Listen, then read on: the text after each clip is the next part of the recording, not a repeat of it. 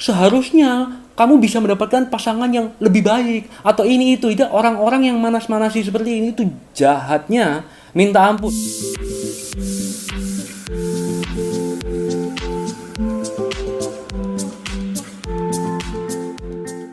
Hai teman-teman semuanya, kembali lagi dengan saya Andi di sini. Ya, jadi hari ini sesuai dengan judul di atas, jadi kita akan membahas tentang jangan mengurusi kehidupan orang lain.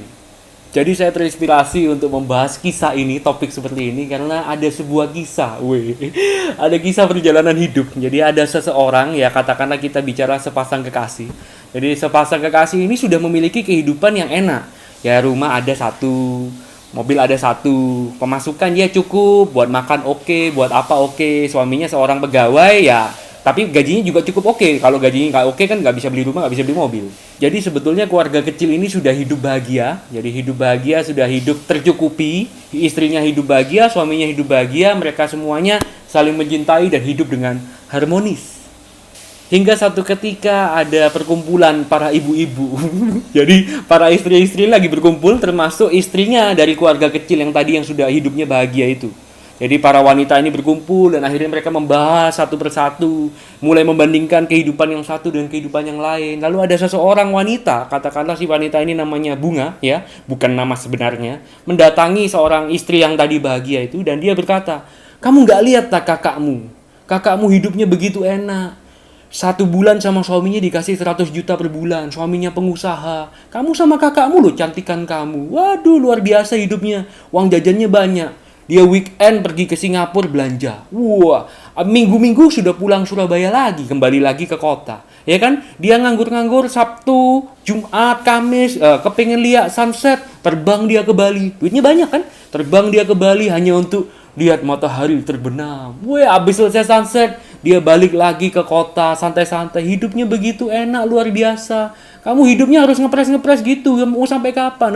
Hidupnya harus yang paling maksimal dapatnya. Akhirnya setelah mendengar kata-kata dari si Bunga tadi itu, si istri ini yang tadinya hidupnya bahagia, yang tadinya hidupnya merasa tercukupi, merasa mensyukuri hidup, akhirnya otaknya terkontaminasi oleh omongan temennya si Bunga tadi. Dia mulai mikir sampai di rumah, iya ya nih suamiku kurang rajin ini, berarti ini nggak cocok ini. Harusnya aku bisa dapet yang lebih kaya lagi. Here comes the money.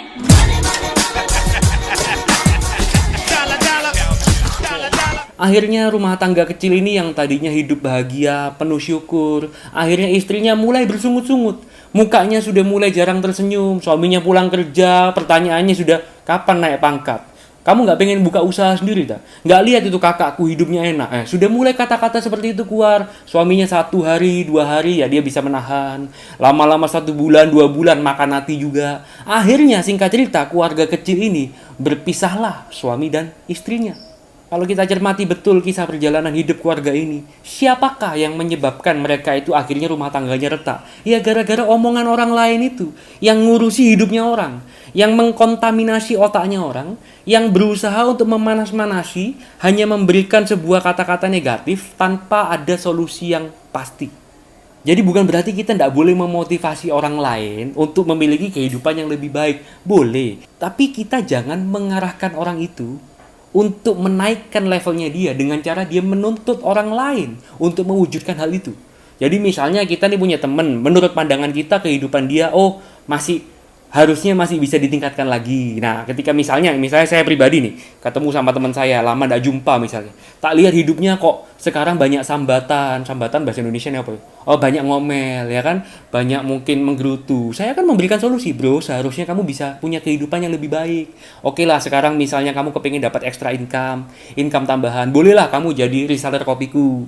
Ya, jadi kamu menjual produk kopi, nggak usah modal, dropship aja. Kamu tinggal share ke media sosial. Nanti kalau dapat penjualan, saya yang kirim produknya. Kamu dapat komisinya. Kan siapa tahu bisa jalan besar, nanti dikumpulkan pelan-pelan, siapa tahu bisa menambah modalmu. Here comes the money. Jadi kita boleh menyemangati orang lain. Jadi ikut campur dalam hal yang positif tuh. Jadi kan menyemangati orang lain dan memberikan jalan untuk mewujudkan kehidupan yang lebih baik.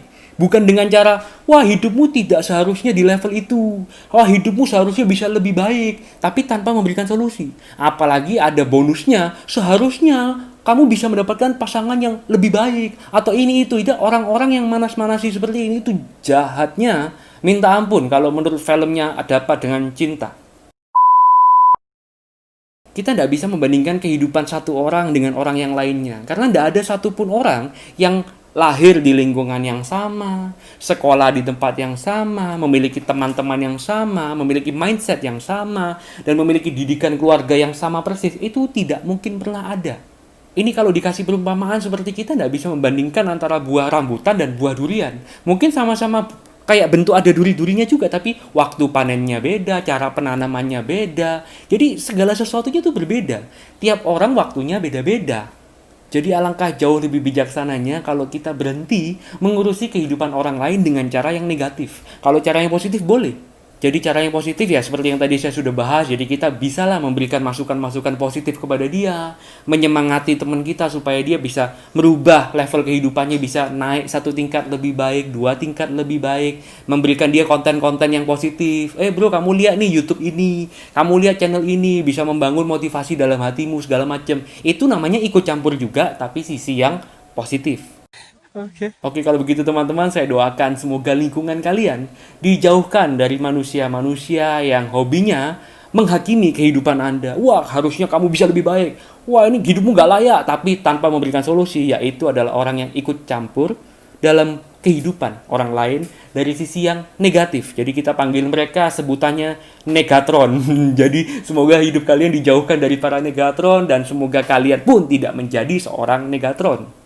Oke, kalau begitu teman-teman, sekian video saya pada hari ini. Semoga apa yang saya sampaikan bisa bermanfaat untuk teman-teman semuanya. Dan sampai jumpa lagi di episode berikutnya. Bye-bye.